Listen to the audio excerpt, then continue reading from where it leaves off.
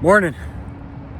I'm so wired to get up early for work that I've been laying in bed at the hotel for an hour. So I thought I'd get up and go for a nice walk this last morning that we're here. And I thought maybe I would re-record that video that I did the other day because it's not windy today. So hopefully you guys can hear me better. And I think it's an important message. It's something I even want my kids to hear as they go into their older teens and early 20s, because I think it's an important message.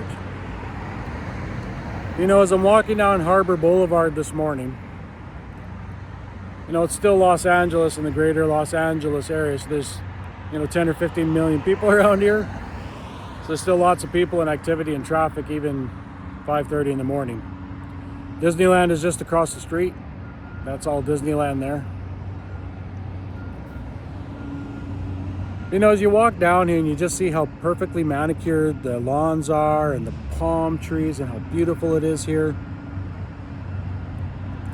Sometimes it's hard because you think, I kind of like to live here. It's a bit expensive, but it would sure be nice to live here. And it makes you want maybe a little more out of your life. You know, tonight we're going to be back home in Alberta. The barren winter landscape of Alberta and the bitter winter months. And this has been a very, very nice break for a week. We're back at it tonight. But for the Christian, our best life is not now. Our best life is yet to come. The Bible tells us that this life is so short. It's like our life is like a vapor or a mist. It's like here today and gone tomorrow. And even in my own life, it seems like just a couple of years ago I was in my teens or early 20s, and here I am now. In just a couple of weeks I'll be 50 years old, a half a century old. I got kids, I got grandkids.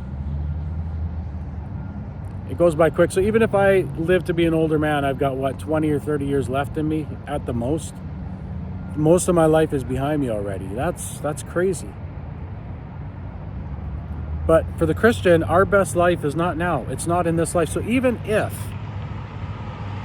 it's nice if we have resources. It's nice if we have a good income.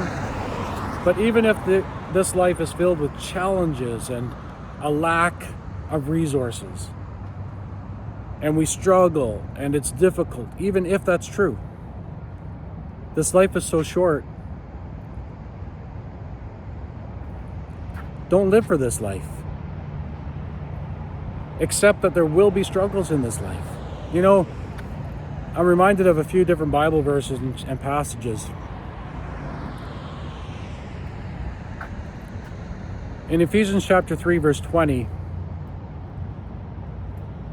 the Apostle Paul tells us that, talks about the love that Jesus' people have for him, but also in particular the love that Christ has for his people. And Paul tells us that Jesus has done and will do exceedingly abundantly beyond what we can even ask or think. In 1 Corinthians chapter 2, verse 9, the Bible tells us that no human ear has heard, no human eye has seen, no human heart or mind has conceived what the Lord is preparing to do for his people. In 1 Peter chapter 1, verse 4, the Bible tells us that for Christians there is an inheritance that is guaranteed. It will not spoil, it will not fade away, and it is reserved in heaven for us. And then lastly, I was thinking of Matthew chapter 6, verses 19 through 21. Good morning. Matthew chapter 6, verses 19 through 21, and there the apostle records Jesus' own words to his people. And it was as true 2,000 years ago as it is today. Jesus says, "Do not lay up for yourselves treasures on this earth, where moth and rust destroy and thieves break through and steal. But rather, lay up for yourselves treasures in heaven, where moth and rust don't destroy, and thieves cannot break through and steal.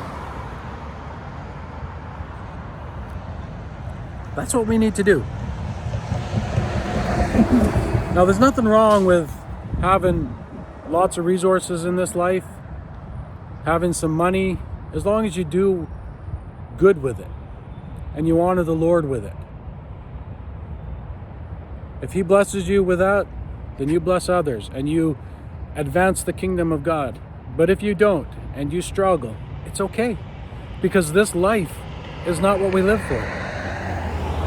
Our best life is not now. You know, my body is starting to break down. I got to walk slow this morning because my knee really hurts. My hip, my back, my knee, my ankle, all hurts. My hearing is pretty much shot. My vision is going pretty, well, I still got decent vision, but it's not nearly as good as it used to be. Things break down in this life. We break down in this life. But we have an amazing future. If you're a Christian and you know the Lord and you love the Lord, you have an amazing future and an amazing inheritance. And this life goes by so fast. Don't worry about it. And if you live in a place like this, that's great. But if you don't, that's okay too.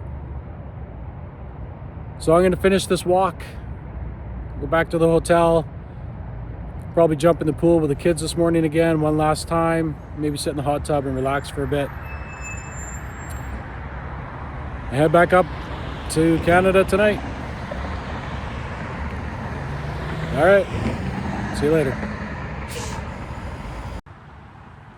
As I'm heading back to the hotel, I just thought I'd show you this. It's, 9 or 10 days away from Christmas.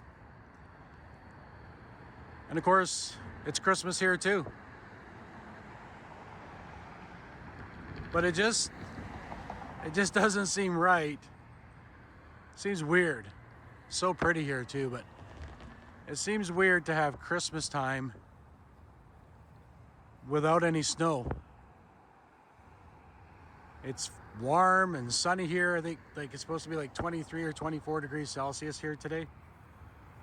You know, how is this Christmas? It's so weird.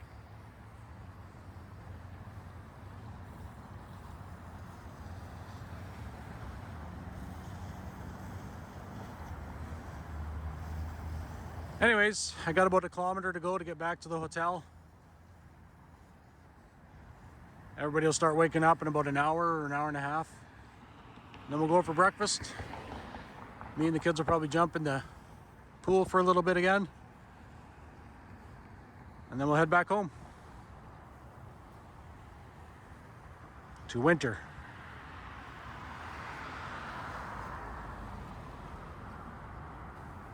See you in a little bit.